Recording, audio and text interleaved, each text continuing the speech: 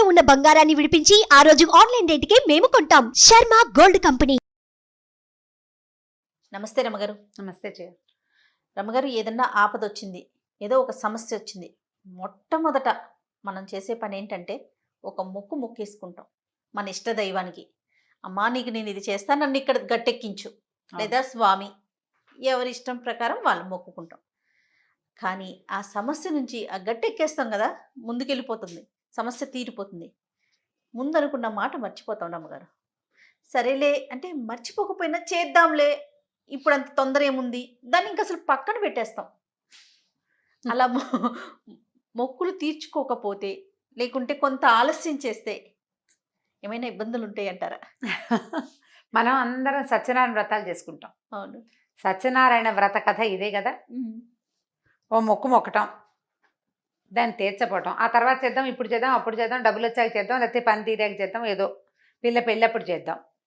పిల్ల పెళ్ళిలో మర్చిపోయారు, పెళ్ళైన తర్వాత మర్చిపోయారు. మర్చిపోతే ఏం జరుగుతుందో ఆ కథలో చెప్తారు. ఇలా జరుగుతుందా, దేవుడు ఇట్లా పగ తెచ్చుకుంటాడా అని ప్రశ్నలు వేయకూడదు.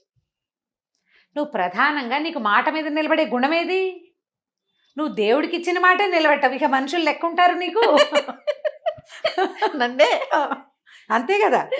మనిషికి భగవంతుడికి ఇచ్చిన మాటే నిలబెట్టుకునే గుణం లేకపోతే ఇక ప్రపంచంలో ఎవరికి జవాబుదారీవి? నువ్వు ఎవరికి జవాబుదారీవి కాదు. నిన్ను జవాబుదారీతనాన్ని నీకు నేర్పించడం కోసమే మొక్కిన మొక్కు తీర్చకపోతే కొంప మునిగిపోతుంది, నెత్తడి చేస్తుంది, పళ్ళు రాలిపోతాయి అని చెప్పారు. ఇన్ని చెప్పారా రమ్మగారు? చెప్పలేదు మరి. వాడు చూడు, ఆ కథలో మనం ఏం చేస్తాం, సాధువు ఓసారి అరెస్ట్ అయిపోతాడు, ఓసారి నదిలో పడవలో ఉన్నవన్నీ రక్తరాశులన్నీ ఇవైపోయి ఆకులలమైపోతాయి, పడవ మునిగిపోతుంది అల్లుడితో సహా. ఎన్నొచ్చినాయి ఇబ్బందులు. మరి ఇవన్నీ అవి కాదు. మొక్కు అంటే ఏంటంటే మనం ఒక మాట ఇచ్చాం, ఈ ఆపద గట్టెక్కిచ్చు, నేను నీకు ఇది చేస్తాను. ఏమి నువ్వు కొట్టే 10 కొబ్బరికాయలు, మీరు చేయించే కేజీ బెల్ల పానకము, లేకపోతే నువ్వు పెట్టే 5 కేజీల పులిహోర, నీ జుట్టు, అవి కావాలా దేవుడికి? అదే కదా. అసలు నీకెక్కడవి అవి? దేవుడు కాదు ఇవన్నీ, ఆయన ఇచ్చినవే కదా. సమస్తము భగవంతుడిదే, భగవద్విభూతి ప్రపంచం. ఆయన యొక్క శక్తే నీ మెళ్ళో నగ, నీ నెత్తి మీద ఉన్న జుట్టు, నీ వేలుకున్న ఉంగరం, నీ బతుకు, నీ ప్రాణం భగవంతుడు ఇచ్చింది.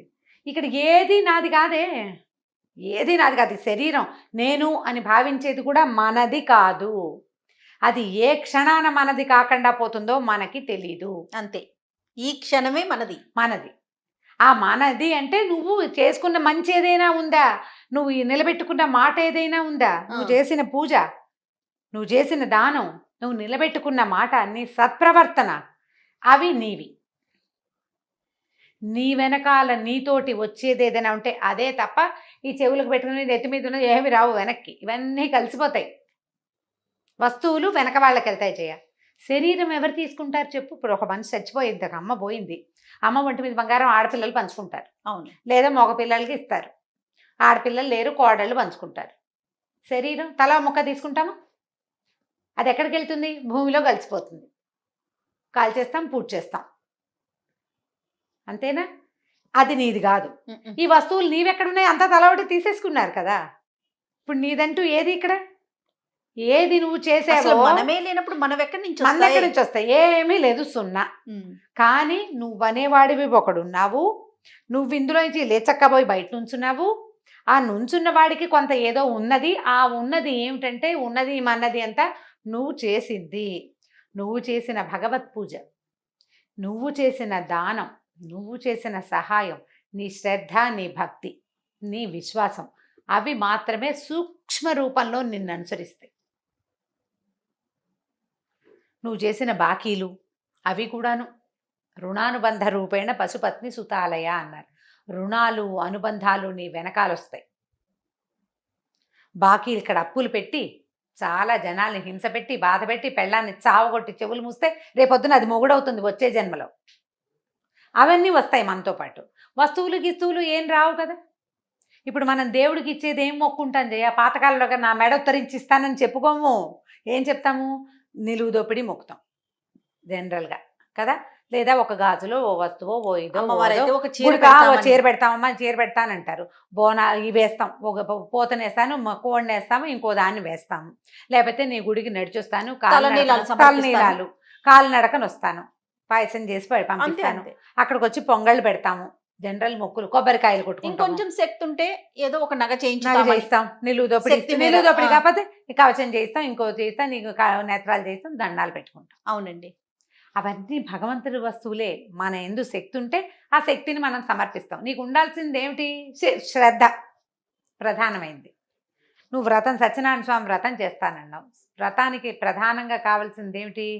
కొబ్బరికాయలును, పప్పు, బెల్లము, గోధుమ రవ్వ కాదు. మతి, శ్రద్ధ ఉండాలి దాని మీద. భగవంతునికి ఒక మాట చెప్పాం, ఒకటి ఘోషణగా అనుకున్నాం, ఆయనకి మాట ఇచ్చావు, ఆయన విన్నాడంటే ఇక్కడ లేడు, లోపల విన్నాడు, ఆయనకి తెలుసు. నీ శ్రద్ధాలోపాన్ని సహించడు భగవంతుడు, పూజ లోపాన్ని కాదు. నువ్వు పూజ చేయకపోయినా పర్వాలా, మట్టితో శివలింగాన్ని చేసి పూజ చేసిన వాడికి కూడా కైవల్యం ప్రసాదించాడు భగవంతుడు. మనం ఆ కథలన్నీ వింటాం. అవును. వాడు బంగార పువ్వులతో పూజ చేయక్కర్లా, తులసి దళాలని ఆ మట్టితోటి దళాలు చేసి పెట్టిన వాడికి కైవల్యం ప్రసాదించాడు విష్ణుమూర్తి. బిల్వపత్రం చాలు కదా ఒక్క మహాశివునికి. ఆకు, మట్టితోటి ఆకులు చేసి పెట్టినా తులసి దళం తీసుకుంటాడు. నీకు కావాల్సింది ఏమిటి? టోటల్గా భగవంతుడికి నీ దగ్గర నుంచి శ్రద్ధ కావాలి. నీకు ఆయన మీద ఎంత దృష్టి ఉందో ఆయనకు అవసరం. నీ మొక్కు అనేది ఏమిటంటే, మొక్కుబడి అనేది నీ శ్రద్ధ. నువ్వు ఎంత జ్ఞాపకంగా భగవంతుడు ఈ సమయంలో ఆయన నా మొరాలకించి నా పాలిట నిలబడ్డాడు అని నువ్వు ఎంత ప్రగాఢంగా విశ్వసించావో ఆ విశ్వాసానికి గుర్తే నీ యొక్క మొక్కుబడి చెల్లింపు. నువ్వు అప్పుడు అమ్మాయ అనుకున్న తర్వాత మర్చిపోతే ఎట్లా? నువ్వు నీలో ఉన్నవాడికే నువ్వు దొంగ నాటకాలు ఆడితే నీ చుట్టూతా ఉన్న ప్రపంచంతో ఎందుకు ఆడవు? నువ్వు మీరు మొదటే నాటకం చెప్పారు, భగవంతునికి ఇచ్చిన మాటే మనం నిలబెట్టుకోకపోతే ఇంకేం చేస్తాం? పక్కన మనతో ఉండే వాళ్ళకి లేకపోతే సమాజంలో ఉండే వారికి ఏం చెయ్యం, ఏం చేయలేం కదా. కాబట్టి ఇది నిలబెట్టుకోవాలి. ఇప్పుడు మొక్కులు బొళ్ళు మొక్కేసుకుంటాం, ఎలాగండి అంటావు నీ ప్రశ్న. దాని మొక్కులు మొక్కారనుకోండి, ఎంచక్క రాసి పెట్టుకోండి, మర్చిపోకుండా. నలుగురు దేవుళ్ళని పెట్టుకోకండి, ఒకళ్ళని లేదా ఇద్దరిని పెట్టుకోండి, ఈజీగా ఉంటుంది. నేను నవ్వుతూ చెప్పినా జయ, ఇది ఎంత శ్రద్ధాపూర్వకమైన విషయం అంటే, ఇప్పుడు మనం తీర్చలేదనుకో, ఆయన ఏం చేస్తాడో చేయడో, సత్యనారాయణ వ్రత కథలో లాగా అయిపోతుందని కాదు, నీకే భయం వేస్తుంది. వ్యక్తులకి భయం ఏదా? ఇప్పుడు పూజ చేయాలి మానేసాము, ఏదో సడన్ గా మొదట యాక్సిడెంట్ అయినప్పుడు దాన్ని మొక్కేవు, ఈ 10 ఏళ్ళు 8 ఏళ్ళు గడిచింది, నువ్వేం చేయలేదు, ఇవాళ ఏదో ముంచుకొచ్చింది, అమ్మో అవాళ చేయలేదు అందుకే ఇది వచ్చింది అనిపించదు? ఖచ్చితంగా మనసులో అదొకలాగా అనిపించేస్తుందండి. దాని ఫలితమే అనిపిస్తుంది ముందు. అనిపిస్తుంది. దేవుడు పగ తీర్చుకుంటాడా? ఏమీ పగ తీర్చుకోడు. నీ మాట నిలబెట్టుకోలేని గుణం ఏదైతే ఉందో అది ఇక్కడ నీకు చూపిస్తోంది. నీ క్రియకి ప్రతిక్రియ. అది ఇంకా మనకి అలవాటు. నువ్వు అద్దంలో చూసి మొహం చూస్తే ఏమవుతుంది? నువ్వు అద్దంలో మొహం చూసుకున్నావు, ఏం కనబడుతుందో చెప్పు. మనమే కనిపిస్తామా? ఇప్పుడు నువ్వేం చేసావు? 10 ఏళ్ల నాడు అద్దంలో మొహం చూసుకున్నావు, దాని మీద ఏదో రాసావు, 10 ఏళ్ల తర్వాత రాసింది పోయింది, నీ ప్రతిక్రియ అక్కడ కనపడుతుంది. అంతే జరుగుతుంది. భగవంతుడు చేయడు అవేవి. నీ యొక్క క్రియకి ప్రతిక్రియే మనం అనుభవిస్తాం. ఒకవేళ అనుభవించం, నీకు లోపల కించలేదు, కించలేనివాడు బతికేస్తాడు? ఆలోచనే రాదు, వాడికి ఆలోచనే ఉండదు. వాళ్ళందరూ బతికేట్లేదండి, అమెరికాలో మనలాగా మొక్కులు ముక్కోరు, వాడు అలా బతకలేదంటే బతుకుతాడు. వాడు కుక్క అవుతాడో, పంది అవుతాడో, పిలుకునవుతాడో వచ్చే జన్మలో వాడికి తెలియదు, నీకు తెలియదు, నాకు కూడా తెలియదు, దేవుడికి కూడా తెలియదు. ఆయన ఈ జంజాటంలో పడ్డావు. నిన్ను పుట్టించే ప్రయత్నం ఆయన ఏం చేయడు, నిన్ను పుట్టించే ప్రయత్నం మనమే చేసుకుంటాం. మనని పుట్టించేది ఇప్పుడు నువ్వు చేసిన సత్కర్మ కుకర్మాల ఫలితమే రేపు నీ మరుసటి జన్మ. ఇవాల్టి నీ జన్మ నీ ముందటి జన్మ తాలూకు ఫలితం. ఇప్పుడు నువ్వు చేసిందే నీ తర్వాత వస్తుంది. ఇది నువ్వు నమ్మితే అప్పుడే నువ్వు మొక్కుతావు. దీని మీద నీకు నమ్మకం లేదనుకో, నువ్వు అసలు మొక్కవు, నీకు ప్రశ్నే లేదు. అంతే. ఈ తర్వాత పుడతాము, ముందు ఒక జన్మ ఎత్తాము, ఇప్పుడు మనం మధ్యలో ఉన్నాము అన్న ఊహ నీకు లేదనుకో, పైన ఒకడు ఉన్నాడు అనే ఆలోచనే లేకపోతే ఇంకేముంది? అసలు లేదు. అంతా నేను నా ఇష్టం నేనే అని భావిస్తాం. ఈ నేనే అని భావించేవాడు కూడా ప్రతివాడు లోపల ఏదో ఒక రోజున దేవుడా నాకేమిట్రా ఈ సమస్య అనుకోకుండా ఉండలేడు. God please help me, please save me అనకుండా ప్రపంచానికి వినపడినివ్వడు. వాడి లోపల వాడికి తెలుసు, వాడికి సహాయం అవసరం అవుతోంది అనే సంగతి వాడి లోపల వాడికి ఖచ్చితంగా తెలుసు. అవును. వాడికి హెల్ప్ని పంపిస్తాడు. అడిగిన వాడికే చేస్తాడు దేవుడు, అడగని వాడికి చేయడని అనుకోవద్దు అసలు. అడక్కపోయినా చేస్తాడు. అందుకే దేవుడు కదా. అందుకే కదా భగవంతుడు అనేది. మొక్కినప్పుడు జ్ఞాపకంగా రాసి పెట్టుకోండి. టూ మెనీ మొక్కులు పెట్టుకోపోకండి. తీర్చకపోతే భయం ఇస్తుందమ్మా. భయపడ్డం ఎందుకు? భగవంతుడి పట్ల భక్తి ఉండాలి. దాన్ని భయం దాని వెనకాలే ఉంటుంది, నీడలాగా భక్తి వెనకాల. చేయకపోతే తప్పు అనే భావన, అంతేగాని కొంప మునిగిపోతుంది అనుకోవద్దు. కొంప కాదు మునిగేది, నీకు లోపల కించగా ఉంటుంది. నేను చేయవలసిన పనిని చేయలేదన్న భావన నిన్ను బాధిస్తుంది. అందులోకి వెళ్ళద్దు. ఏదైనా పరానా సందర్భంలో భర్తకు అనారోగ్యం, పిల్లలకి ఏదైనా దెబ్బలు తగిలినాయి, లేదా చదువులు పూర్తి కావట్లేదు, నీకేదో ఇబ్బంది, నీకే మానసికమైన ఇబ్బంది ఉంటాయి కదా, ఒక లిస్ట్ రాసుకో. అది ఆ దేవుడి మందిరం దగ్గర పెట్టు. ఒకటి నువ్వు అనుకున్న పనులు ఒకటి అయ్యాక దాంట్లో ఒక టిక్కు పెట్టుకో. కొత్త మొక్కులు యాడ్ అయితే ఆ కాగితం మీదే రాసుకో లిస్ట్ లాగా. అప్పుడు మొక్కులు చేసేయద్దు, ఏమవ్వదు. ఇప్పుడు ఏం చేయాలి? పాత మొక్కలు తీరకనే ఇంకో కొత్త మొక్కు మొక్కుకోవాల్సి వస్తే పాత మొక్కను జ్ఞాపకం చేసుకుని అదే తీరుస్తాను ఇంకోసారి దండం పెట్టుకో. అతిగా మొక్కులు మొక్కైపోక మన పరిస్థితులను బట్టి మన వీలును బట్టి మొక్కుకోవాలి. అది కూడా ప్రధానం కదా. అది కూడా ప్రధానం. మొక్కుల్లో సులువుగా మొక్కుకోవచ్చు, సులువైన మొక్కులు మొక్కచ్చు. ఒకవేళ అలా దేవుడికి దండం పెట్టుకోదలిస్తే మనం ఈజీగా చేయగలిగే. ఎలా అండి? 4 చెప్తాను నేను నా స్టైలు. నీకు చాలా ఇబ్బందిగా ఉంది, 4గురికి అన్నం పెడతానని దండం పెట్టుకో. 10 మందికి వంట చేసి పెడతాను నేనే స్వయంగా. నేను కష్టపడింది, నేను స్వయంగా కష్టపడిన 10 రూపాయలు ఎవరికైనా దానం చేస్తాను. మా ఆయన జేబులోంచి కాదు, అందుకే నేను అని చెప్తాను.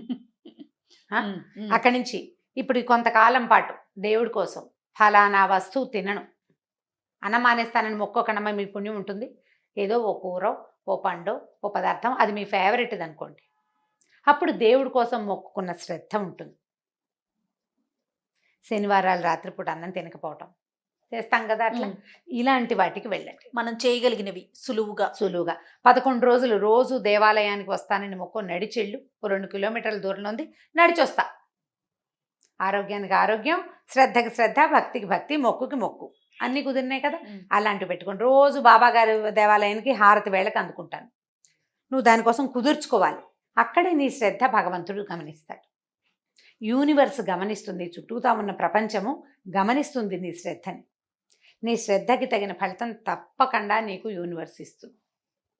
ప్రధానంగా చేయవలసింది అది. నేనైతే నా మొక్కులు ఇవే ఉంటాయి. రాహుకాలంలో దేవాలయానికి వస్తాను అని మొక్కుంటాను. ఖచ్చితంగా ఏదో కొంచెం పదార్థం చేసి పట్టుకెళ్తే. ఇప్పుడు ఈ కోవిడ్ నేపథ్యంలో 2 సంవత్సరాల నుంచి గుళ్ళు లేవు, గోపురాలు వెళ్ళటం లేదు కదా. అంతకుముందు అయితే శుక్రవారం రాహుకాలానికి ఇంతంత చిటిగారెలు, ఒక డబ్బా గ్లాస్ బియ్యం పోయటం, గ్లాస్ పప్పు పోసుకోవటం, కాసిన గారెలు చేసి అమ్మవారికి నైవేద్యానికి గుళ్ళోనే ప్రసాదం అయ్యటం, 4 గంటే 4 చిటిగారెలు ఇంటికి తెచ్చి పిల్లలకి పెట్టడం, అంతే. ప్రతి శుక్రవారము వెళ్ళేదాన్ని అట్లా. నేను ప్రతి గురువారము ఆ సమయానికి వెళ్ళాలి. అది పెట్టుకోండి. మీ సమయ పాలన ఇది అన్ని ఆలోచించుకొని మొక్కుకోవాలి. ప్లాన్ చేసుకుని దండం పెట్టుకోండి. అంటే ఆ క్షణంలో ఏదో తోస్తుందంటే అట్లా ప్లాన్డ్గా ఎలా పెట్టుకుంటాము అంటే, ఇప్పుడు ఆపత్కాలంలో మొక్కే మొక్కులు వేరు, భయంలో మొక్కేస్తాం. అలా కాకుండా నిదానంగా దేవుడికి దండం పెట్టుకునేటప్పుడు ఇట్లా చెప్పుకోవచ్చు. ఇది నా పద్ధతి, ఇది చేయమని చెప్పట్లేదు, ఇలా పెట్టుకోండి. ఇందులో మన శక్తియుక్తులు, సమయము, డబ్బు, మన దగ్గర మన ఆర్థిక పరిస్థితి, మనకి ఇతరత్ర సహాయపడే అవకాశాలు జనాలు ఉన్నాయా లేదా, అవి ఆలోచించుకుని ప్లాన్ చేసుకోండి. శక్తికి మించిన మొక్కులు మొక్కేసి అవి తీర్చకపోతే దేవుడు నెత్తని చేస్తాడని భయపడుతూ భక్తిగా ఉండకండి. భక్తిగా ఉండలేనేమోనని భయపడండి, అంతేగాని ఈ భయం కాదు మనకు ఉండవలసింది. ఈ జాగ్రత్త. రమ్మగారు, అమ్మో పలానా రోజు నేను మొక్కుకున్నాను, తీర్చలేకపోతున్నాను, ఏమవుతుందో అన్న ఒక భయం కనిపిస్తూ ఉంటుందండి. మీరు అన్నట్లు వేల్పుల మొక్కులు 1000 ఏళ్ళు అంటారు జయ. ఇలా వేల్పుల మొక్కులండి. వేల్పు అంటే దేవుడు, దేవతల మొక్కులు 1000 ఏళ్ళు. ఈ సంవత్సరం తీర్చకపోతే వచ్చే సంవత్సరం తీరుస్తానని చెప్పుకో. ఈ ఏడాది రాలేపోయాను తిరుపతి, వచ్చే సంవత్సరం వస్తా. ఈ ఏడాది అక్కడెక్కడికో వస్తానన్నా, చేయలేకపోయా, వచ్చే సంవత్సరం చేస్తా. ఈ మొక్కుల్లో ఎవరికైనా చదువుకి సహాయం చేస్తాను, ఓ పిల్లకి పెళ్లికి సహాయం చేస్తాను, ఓ పిల్లవాడికి ఉపనయనం చేసుకోవడానికి సహాయం చేస్తాను, ఏదైనా హాస్టల్లో ఉన్న పిల్లాడికి ఏదైనా కొద్ది రోజులు నేను చేస్తాను. ఇదివరకు వారాలు పెట్టేవాళ్ళు, వారాల అబ్బాయిలు వస్తుండేవాళ్ళు ఇళ్ళకి. ఆ కాలం కాదు ఇది. ఇట్లా పిల్లల చదువులకి సహాయం చేయటం, అలాంటివి పెట్టుకోండి. మన పిల్లాడికి ప్రాబ్లం, వాడు ఎక్కడో ఫారెన్లో ఉన్నాడు, సరిగ్గా సెటిల్ అవ్వలా, ఏదో ఇబ్బంది అవుతుంది. ఓ భగవంతుడా, ఇంకో పిల్లాడికి చదువుకునే అవకాశం ఇస్తాను, నా పిల్లాడిని సరిగ్గా సెటిల్ చెయ్యి. నువ్వు దీనికి గుళ్ళో డబ్బులు కట్టేసి అక్కడెక్కడికో వెళ్ళిపోయి ఇక్కడ ఎందుకు చేస్తావు? ఇంకొక పిల్లవాడికి ఒక జ్యోతిని చూపించు, ఆ జ్యోతి నీ పిల్లవాడికి కనపడుతుంది. ఆడపిల్లలు పెళ్ళిళ్ళు అవ్వట్లేదు, మీకు మన దగ్గర బాగా డబ్బులు ఉన్నాయి, జాతకాల్లో ఏదో సమస్య, ఎవరైనా పెళ్ళికి మంగళసూత్రాలు చేయిస్తాను, కన్యాదాతకి ఏమైనా ఇస్తాను అని దండం పెట్టుకోండి దేవుడికి. మానవ సేవే మాధవ సేవ. ఇప్పుడు వాళ్ళకి సహాయం ఏమిలా, నువ్వు ఒక చోట దీపం ఏం లేదయ్యా, మన దగ్గర ఒక దీపం ఉంది, మన ఇంట్లోనే పెట్టుకుంటే, తలుపులు వేసుకుంటే మన ఇంట్లోనే వెలుగుతుంది. 4 పక్కల తలుపులు తీస్తే ఈ దీపం బయట వాళ్ళకు కూడా కనపడుతుంది, ఇంకొకళ్ళకి కూడా దారి కనపడుతుంది. అట్లా చెయ్యి, అది నీకు ఉపయోగపడుతుంది. అలాంటి మొక్కులు మొక్కుకోండి ధైర్యంగా. పాత మొక్కులు ఉంటే భయపడకండమ్మా, వేల్పల మొక్కులు 1000 ఏళ్ళు అంటారు, ఫలానా చేస్తాను 4 రోజులు అని చెప్పుకోండి, తీర్చడానికి ప్రయత్నం చేయండి. ఈ మొక్కులు తీరకుండా కొత్తగా మొక్కోకండి, జాగ్రత్తగా. అంతే. రైట్. నమస్తే. నమస్తే జయ.